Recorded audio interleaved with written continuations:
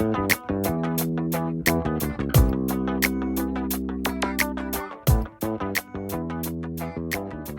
so this will just be a protocol I'll follow. See, it's just a progressional. And if you want to chuck in, you know, it's just a guideline.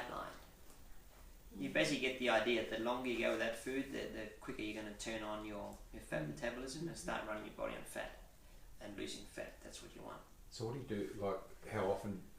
I mean, I could easily do the phase 1. Yep.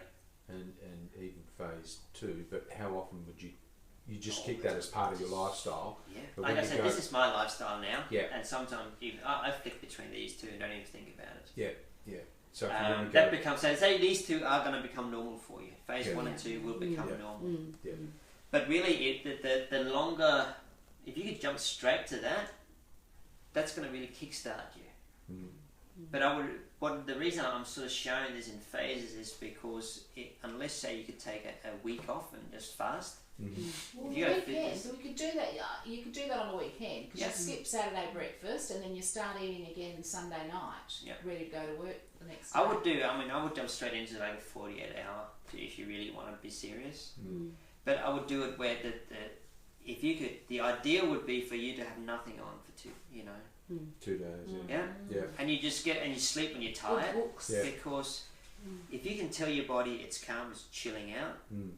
You're not creating any sort of stress response, so you're going to minimize any sort of gluconeogenesis from from muscle tissue, and it's just gonna start. Okay, well, we're just gonna start eating that fat. There's no danger, and we can go right into fasting. All these repair processes. It's good stuff.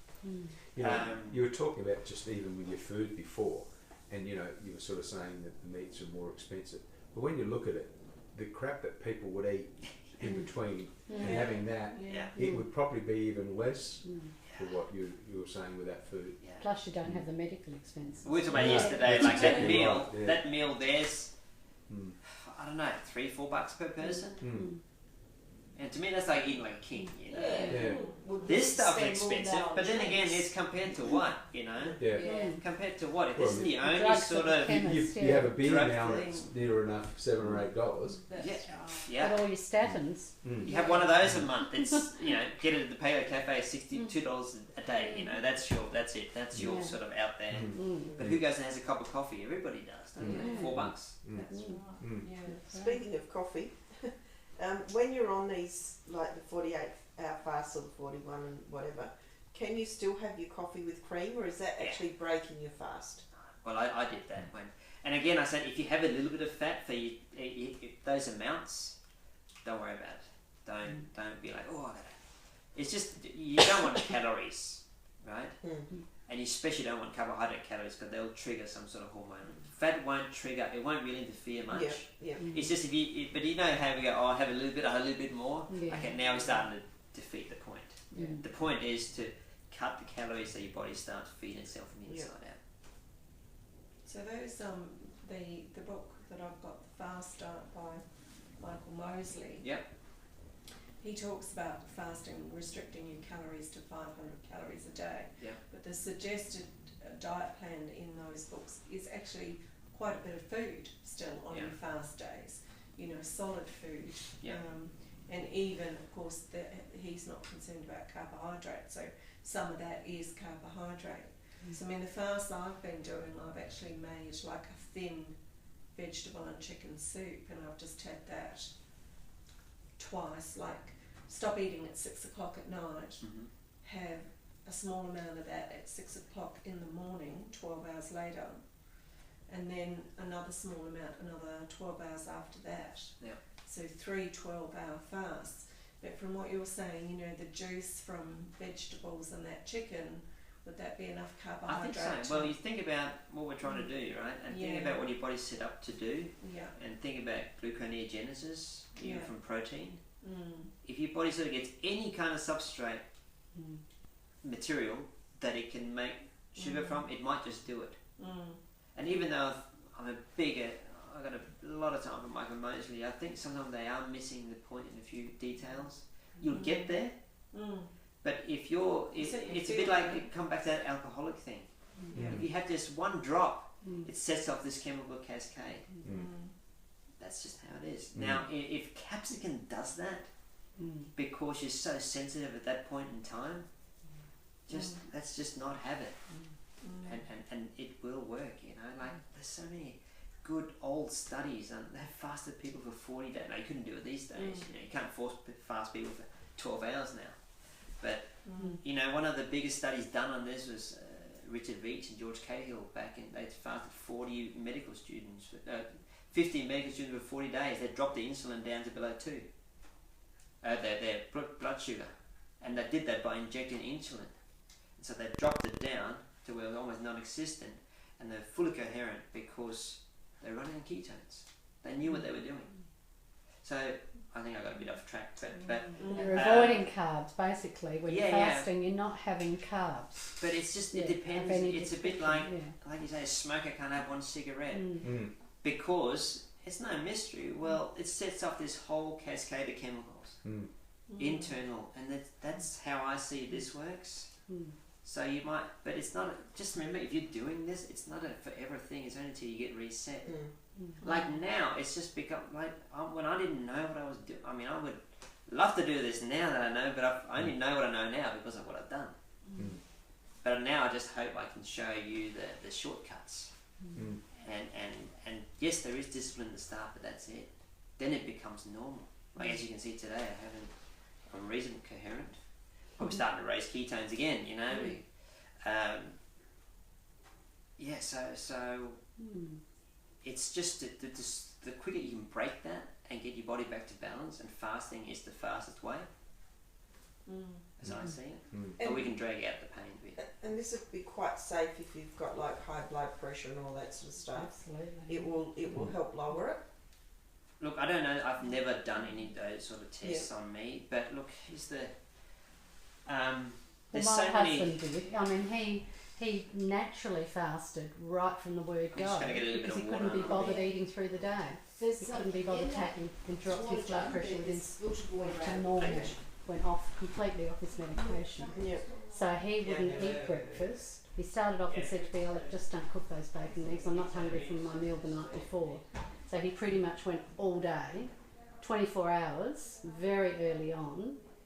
Physical work, he's a farmer, and was just full on fat, and so dropped his blood pressure. Did have some fat then in that time? No. Nothing at all? Nothing at all. Just automatically didn't want food because he was full on fat, and his blood pressure went right down, and he was told he could just take his time over the next week going off his blood pressure tablets. Just see how you feel, you're fine. Go off them. So how could he be full on fat if he wasn't eating anything? He'd eaten the night before. He'd eaten the night before. Yeah. He'd eaten enough the night before, and being a man, he listened a bit more to his body. Sometimes I feel like hang on a minute, Mum. They don't deal with the hormones that we do. Sorry, guys. But yeah, he just automatically after a week or so said, "I don't be cooking me breakfast. I don't want that." Beef bakes in the oven, so you can munch on those in a minute. If you're a little bit hungry. So really, it gets your blood pressure to normalise. Oh, that's alright. So yeah, I just want to. I don't want to keep you guys here all day. It's good. But so far, is there any? As I said, you'll have these notes, but is there anything that hasn't made sense, or anything that you felt, geez, you haven't really answered that, or? No, I think the fasting is the key thing. It is the key. Yeah, and we've done it. We started doing it last week, and you know, no problem, really. Yeah. We've done the phase 2 one. Yeah. Okay. And honestly, this one, I know I got the smiley face down here, but as long as you like, the longer the better. Yeah. Because it will just, the thing about fat stores is just an energy store. Yeah. And the reason we've accumulated more than we want is because, I even know this term thrown in dysregulation. No, it's a regulation. It's a straightforward because of whatever reason, right? But now we think we know the reason, so we're going to reverse them, and that's it. So it's not like you're abnormal but things have happened because of environmental or genetics or whatever. But now I think we know how to reverse that, and it's quite simple. and a little bit of discipline. I've fasted for a month on just eating, safe fasted because I only had one meal a day, and lost not one single kilo in a month. Yep. Whereas all the people around me lost lots of kilos. But in that meal in the middle of the day, there was carbohydrate. So that was just a huge source of frustration. Yeah, I can tell. And see, it doesn't make sense that you shouldn't lose weight, right? Because you're only taking in less and I calories. didn't eat more at that meal. Yeah. Awful if we went hungry And here, that's wouldn't it? See, this is the crazy thing, is that a calorie is a calorie. No, it's not, and we can see a calorie of this has a different hormone response than that. Yeah. We know that. So why are we closing our eyes for it and going, let's go. Yes, it's about calories, but it's not just, you can't just say, no, that has if you have a spoonful of that or a spoonful of ice cream, it'll do two different things, not the same amount of calories. It's absolutely crazy when we can go through anatomy and see what things do. Yeah. Absolutely. When you look at the thing, we're just so ignorant of things. We the old saying, old person's right. What's the old saying? You live to eat, not eat to live, or something like that. You know, and we don't. We just pile it in, don't we? Yeah. You know. But even that, I was talking about all this recently, and we're sort of even a bit beyond, because it's still sort of, see, that still comes back to, okay, let me try and explain this from another angle.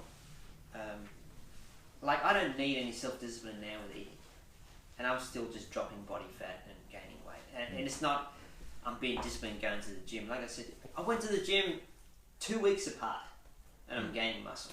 Right? It's just, I'm like, I got to remember to go to the gym, but it's when you tune in. Yes, there's a little bit of discipline, but first of all, you don't decide, the crap I showed you. I never lie awake dreaming about it. I'll go see a cake. So it's not discipline, right? It's not this self-discipline. Initially, yes, but not down the track. And even this thing, we sort of just eat too much. Well, no, you're actually following what your body's telling you, because that craving is telling you that you need something. And if you keep eating the foods you've always eaten, and you're not going to change, that's what your body's adjusted to, and then you need that amount to nourish it. But because it has the hormonal response, a lot of that is just going to go to storage. But you still need to eat that. If you're going to stick with that food, you need to eat that amount and more to keep nourishing your bones and your muscles and your organs. So can you see how there's not even what I would call there's always a regulation, but we can just change it by changing what we put down our mouth or not, and then all that will change. Yeah, we've just got to get this. Yes, it is discipline a little bit, but it's more knowledge is power. Yes, it's more than that, and it's not about the rocky attitude. Don't worry, I've done it with the running, and my grandfather was my idol. Hard, and he made it to Olympics, and as you all know, we often talk about now. Geez, I wonder if he'd been a little bit. I still admire his attitude. Nothing, you can't take that away. But I just wonder, Jesus, how much of that was waste effort and how much was actually effective? And if, like, they probably, I mean, it's going back many years, but you know what I mean? Like, it's not a moral issue, but it's if it becomes because we're ignorant, that's dangerous. But I mean, but you got to take your grandfather was an elite type person if you take it that way, But I'm looking at now now I'm starting to come back. I want to maybe have a comeback at running because I want to see what I can do. I don't want to go back running, but you know what I mean? Like I'm starting to get a physique that, and it hasn't happened because of training. It happens because of. You want to test it? Well, I just would like to maybe see, because when I was top of my game, I had. I'll show you my numbers in a minute. I had 4 kilos more fat on my body, and I was up there with the best. You know and this is because of less training, and now I'm got a physique that actually better. But it's not changed through the conventional type of exercise or the conventional type of diet or wisdom. It's this sort of outlier of basic anatomy. yeah, but what I'm getting, we just gotta just don't ever blame yourselves. If you're a fairly reasonable, nice person, don't ever blame yourself. It's just lack of knowledge. That's all it is, because that's what I believe. And if we're not getting there, it's just because we haven't quite unlocked that. They're two different ones. For each of us. Right. Which one's this? Say that again. If you're not getting there. If you're not, where you are yet. Well, one is you could be. The next one. You're on your way. Just by looking. Garlic and but also, beautiful.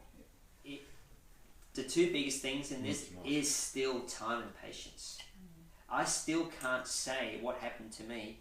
Let me just go on, and because I'll be rambling about something if I don't keep on track. So you got the fasting. This is just sort of a phase, you can. But basically, the more the better. The longer you can. But if you want to look at it, it's something that helps people to say, okay, I'll do this, and I'll step up to that. I can do phase 1, then tomorrow I'll go back 3 meals a day. Then I'll do phase 1 again, 3 meals a day. You can flick and. We could say phase 0 would be 3 meals a day. Okay, phase 1. Okay, now I live in. You can do it that way. Now I stay there.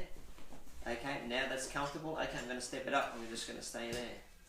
Gotcha. So you could whichever where there's no rule book. Yeah. Well, Trina, that was sort of like the book you were saying. They were saying 2 days a week, weren't they? Yeah, 2 days a week. They suggest. Yeah. Michael Mosley's book. Yeah, and look, when I did my staying in metabolic zone, I only ate dinner, so I stayed in phase 2 the whole time, and then once a week, I would skip dinner and go to phase 2. So I just had 6 meals a week. That was it. Wow. No snacks, no nothing. Save a lot of money, wouldn't it? Yeah. You could buy really good quality food if you're only. So that was my. But I was trying something very specific, and I was just saying, well, I wouldn't necessarily recommend it as the.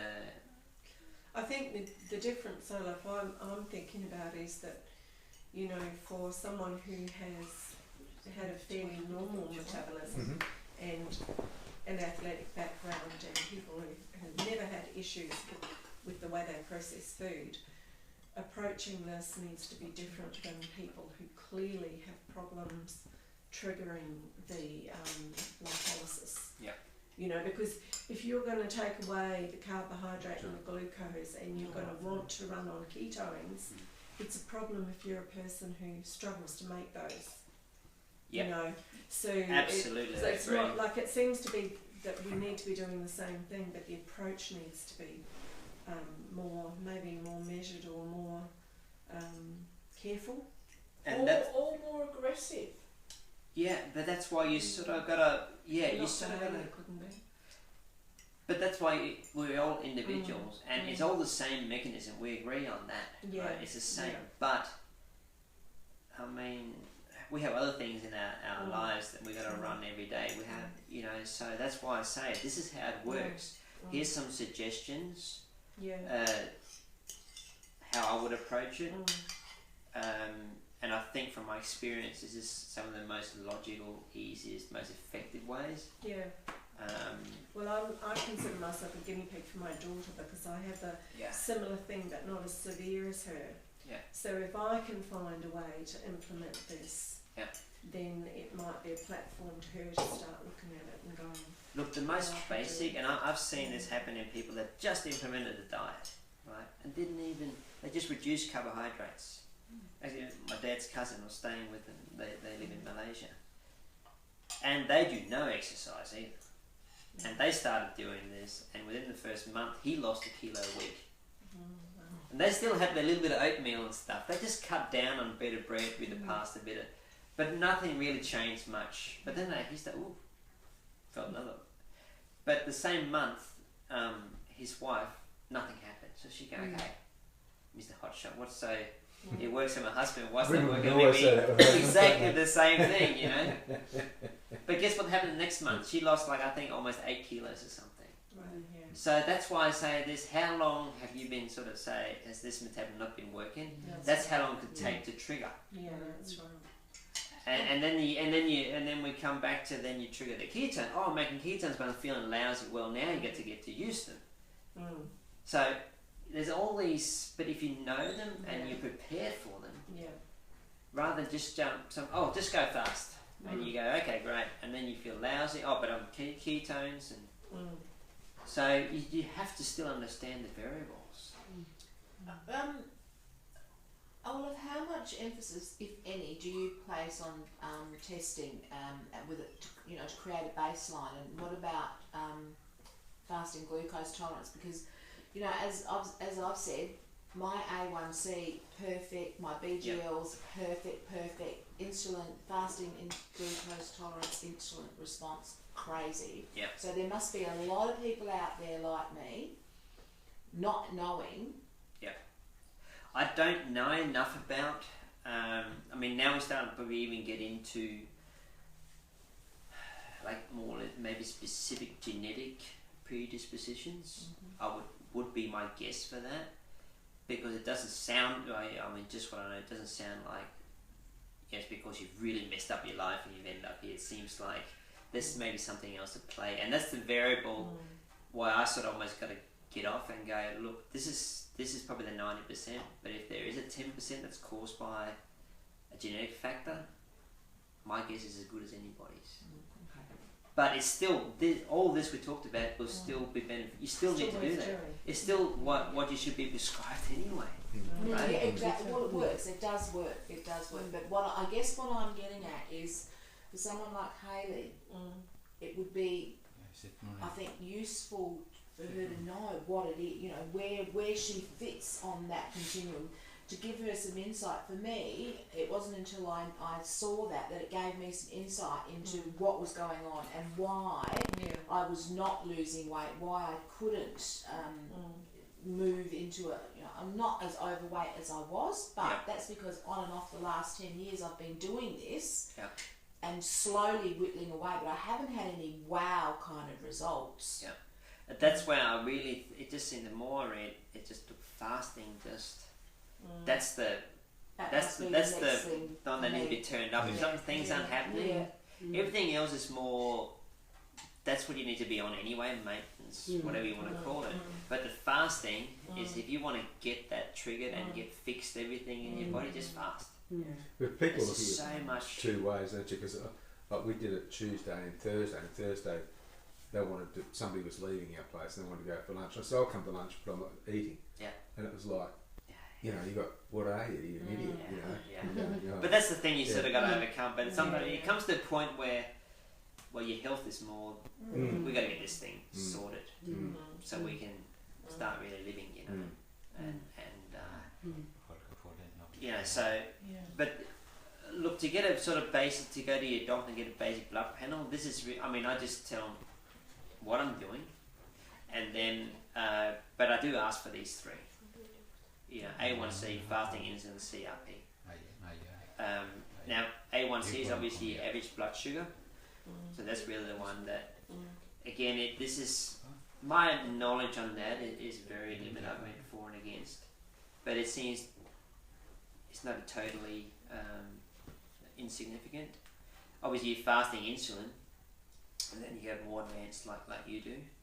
But obviously, if you're fasting insulin is okay, then your glucose intolerance says it's going to... How do they correlate? My fasting insulin was okay too. Right. It wasn't until I had the load, like that glucose load, and measured over a 2-hour period, that I get the get the response, and that's when it. Is that when they give you glucose? Yeah. Oh, I heard something the other day that you can completely ignore that. There's something about that one. Jason told so much. No, not so much that they give you that, and that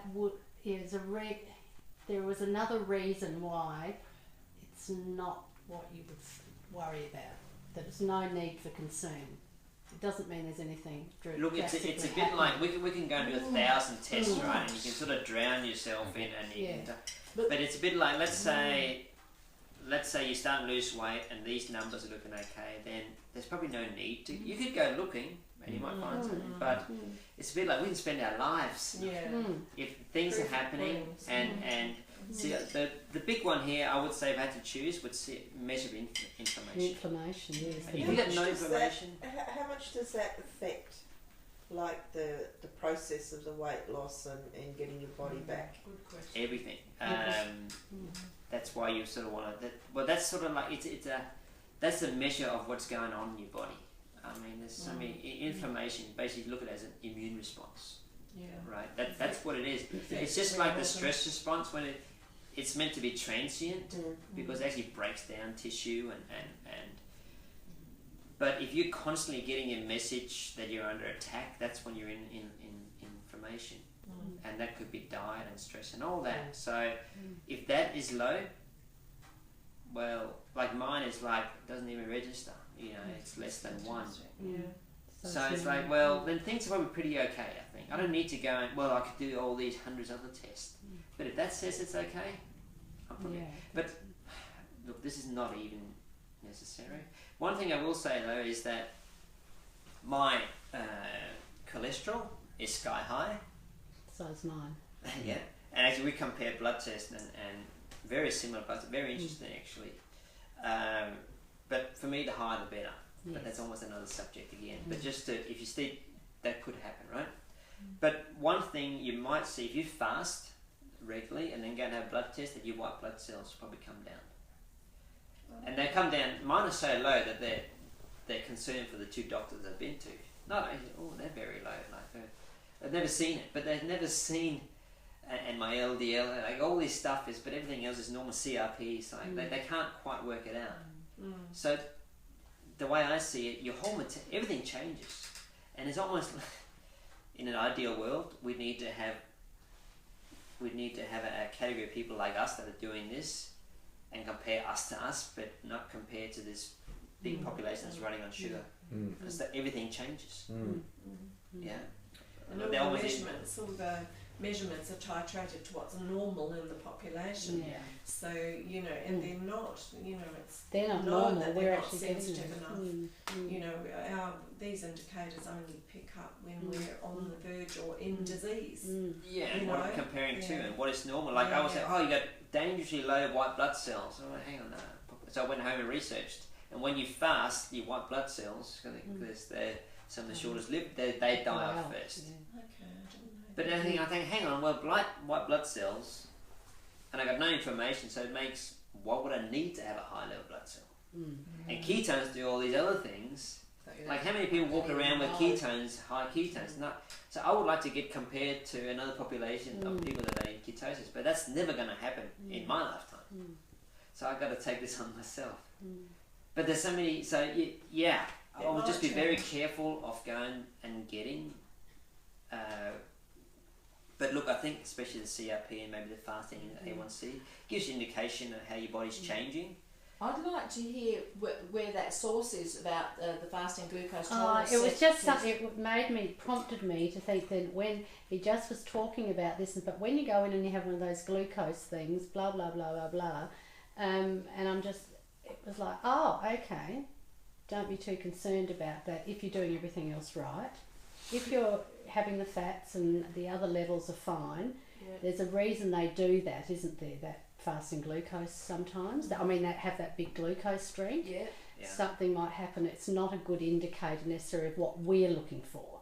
And it certainly isn't anything to panic about. Well, is what I gather. if you listen to Jason Fung in particular, he says high insulin levels are the driver of all disease. Yeah, but I think it was something about the test in particular. It depends what you're looking for. But it's as though we took that. It's no use because I can't remember exactly what it was about. But my point there was going to be with the C-reactive protein is that we're having fats and they're anti-inflammatory, so we're improving our inflammation the whole in your time. Body, looked at and that's a great Tim indicator. Noakes would have access to a lab at his fingertips. Says he has a disorder where keeps spitting out blood sugar no matter what he does, and he stays low because it just amplifies it. So there are genetic disorders, but they're the outline. And yes, you can be one of them, but otherwise it's like when we get these blanket statements, I think we've got to be careful. You need to go and take it on board and do some research. Like I went straight home and I went white blood cells fasting, and I spent it's just a normal thing. And but I've that heard doctor it didn't explained know. since. He's like never that going to too. know. Yeah. Yeah. I've heard it explained since exactly what you were saying. There's no reason to worry. It's because of what you said. Go home and You're ask going Dr. well. Google. Yeah. But even see with the, I don't want to rave on about myself, but Yeah. I would suggest that I'm not the outlier at all. Yeah. And I don't think I have a genetic disorder. My point is, they don't know. Both GPs that received, in fact, one GP said, "Oh, it's an error." She made me go and have the test again, and went, "Oh no, it's not an error." And there was no offer of there's something you need to do or something you consider. Nothing. It was just like it's not on our radar. We don't know anything about it, and yet the guys that we listen to all say, "Hi, insulin is the driver of all disease." But they tell you that it's the driver of all disease. But apart from this diet, there's no other solution. No. There's no other cure or treatment. You can't take medication. There's no bariatric surgery. And I'm sure I'm not the only. I know. And Dr. Professor Joseph Kraft, who's done 16,000 tests, says they just don't do it because number one, it's expensive. Number two, it's a very unpleasant test to do. But it's the gold standard, and doctors don't even prescribe it. I just happened across a GP who understands it, doesn't know how to treat it, but understands the whole process. Yeah, it just seemed like all those things, like take you or take Tim Noakes, it seems like still the best there is now is you just got to limit that substrate for glucose. Yes, absolutely. We can't do anything about the gluconeogenesis, your body, but we limit the substrate, and then we say we limit the things that cause the gluconeogenesis would be stress and not getting your sleep. Like if that's all we can do at this stage, bar drugs, then that's sort of sometimes there's that's all we can do. That's all we know. And it'd be really interesting for you to have another one done in a year after being on a ketogenic diet and see whether it's had an impact. Okay, so we're just getting to. We might keep moving on a little bit. This is basically tools of the trade. If you want to test your blood sugar and ketones. So now we've sort of been monitoring me today. So at 5 minutes to 2, I was 5.2 in blood sugar, and I was 1.0 in ketones. And you see, I haven't had anything to eat, so I was just kept running on my internal resources. And so now I'm 4.7 in, so blood sugar's starting to come a little bit down. So if everything's working well, my ketones should be starting to go up a little bit if I want to maintain the same energy level, in theory, And so they've pretty much doubled. So that's how it should sort of work. And that's why I don't really. Okay, my blood sugar's going down, so I should be a normal carbohydrate metabolism. You start going, okay, I need to eat. But ketones are kicking in and taking over. So see how it's meant to. It's just meant to. The numbers still balance.